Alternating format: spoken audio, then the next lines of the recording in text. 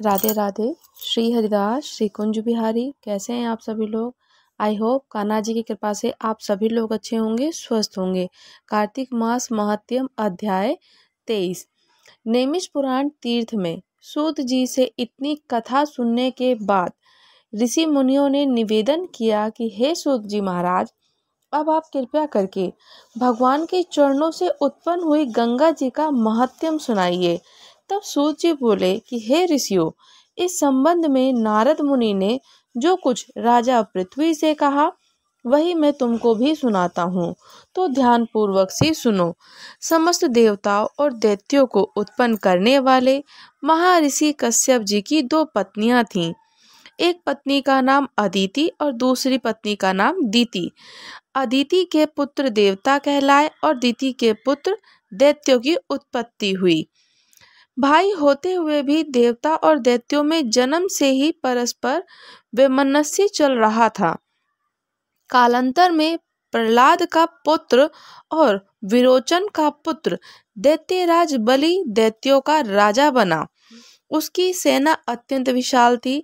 समस्त पृथ्वी पर विजय प्राप्त करने के बाद उसने स्वर्ग पर अधिकार जमाने के लिए देवताओं पर चढ़ाई कर दी। अपने राज्य को दैत्यों से घिरा हुआ देखकर इंद्र सभी देवता युद्ध करने के लिए मैदान में आ डटे। अत्यंत घोर संग्राम हुआ जो अनेक वर्षों तक चलता रहा। जब देवताओं ने देखा कि दैत्यों की शक्ति में कोई कमी नहीं और वे निरंतर आगे बढ़ रहे हैं, तो देवता मैदान छोड़कर भाग खड़े हुए। इस प्रकार दैत्यों ने स्वर्ग पर अधिकार कर लिया और बलि स्वयं इंद्रासन का बैठकर शासन करने लगा। अब वो तो यज्ञ की हावी होने लगे और देवताओं के स्थान पर दैत्यराज बलि और अन्य दैत्य ग्रहण करने लगे। अपने पुत्रों से अर्थात देवों को दुखी और आश्रयहीन देखकर अदिति देवताओं की जय और दैत्यों की पराजय से निमित्त तपस्या करने के लिए हिमालय पर्वत पर चली गई। वहां कुछ काल तक फलाहार और कुछ काल तक सूखे पत्ते और कुछ काल तक केवल पवन का आहार करती रही।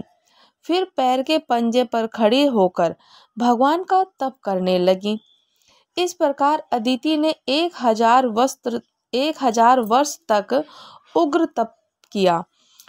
दीति के पुत्र मायावी राक्षस इस घोर तप से चिंतित होकर राक्षसी माया के द्वारा देवताओं का रूप धारण करके अदिति के पास आकर बोले कि हे माता, हमारे लिए आप इतना घोर तप क्यों कर रही हैं?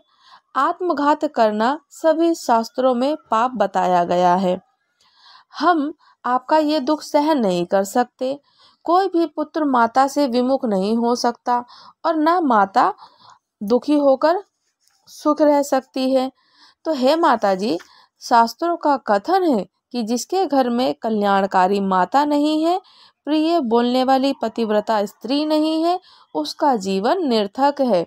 अतः आप अपना तप छोड़कर हमारे साथ चलिए और हम पुत्रों को सुखी कीजिए।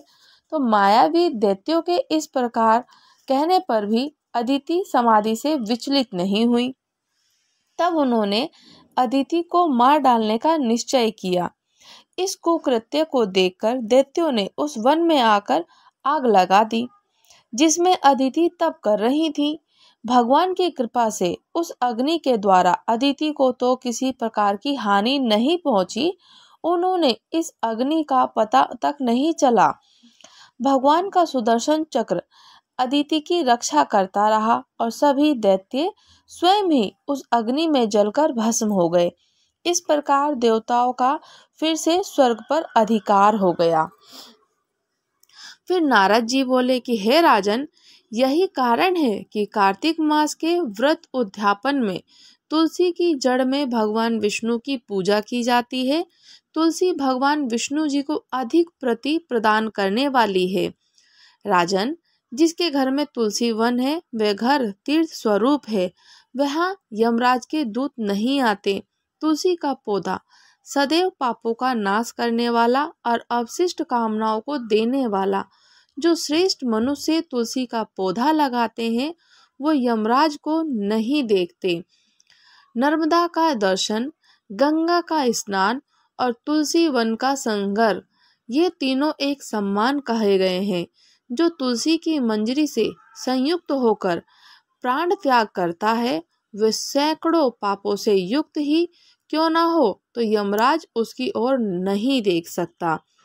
तुलसी को छूने की कामिका वाचिक और मानसिक आदि सभी पाप नष्ट हो जाते हैं।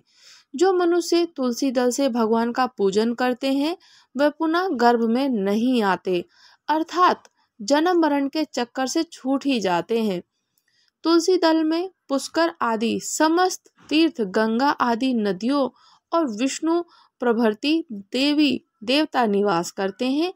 हे राजन, जो मनुष्य तुलसी के काष्ठ का चंदन लगाते हैं, उन्हें सहज ही मुक्ति प्राप्त हो जाती है और उनके द्वारा किए गए पाप उनके शरीर को छू भी नहीं पाते हैं।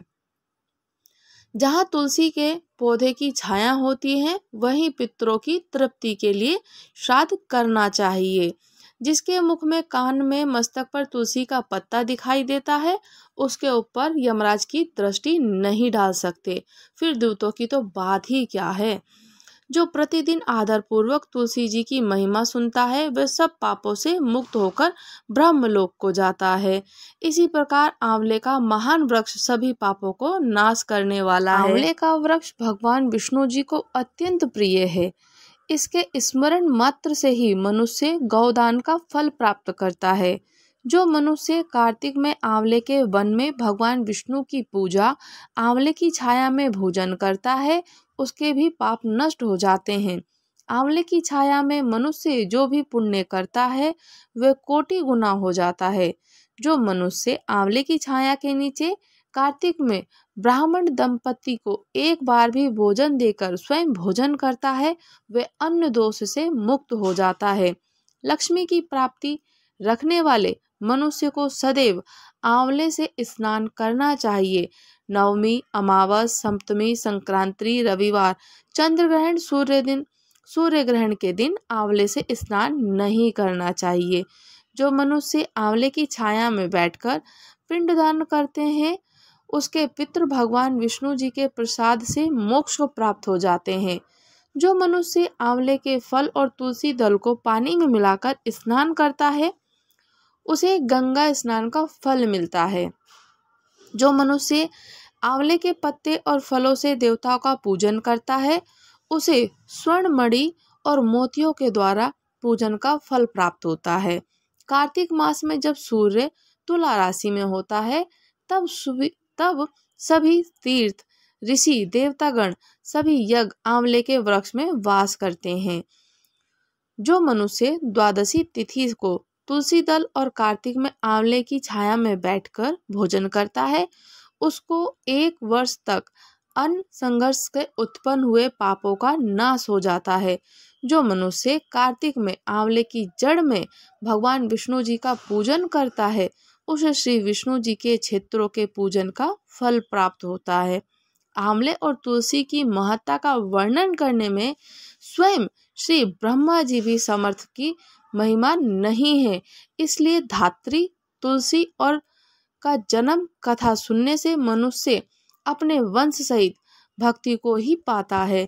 कार्तिक मास में हम लोग स्नान, दीपदान, तुलसी जी का पूजन, तुलसी की मंजरी, तुलसी के पत्र भगवान विष्णु जी को समर्पित करते हैं, उनका पूजन करते हैं, उतने ही पुण्य फल की प्राप्ति और हमारे समस्त पाप नष्ट होते हैं। तो कार्तिक मास में महिमा, तुलसी की महिमा और कथा महत्म सुनने मात्र से ही हमारे सारे पाप नष्ट हो जाते हैं।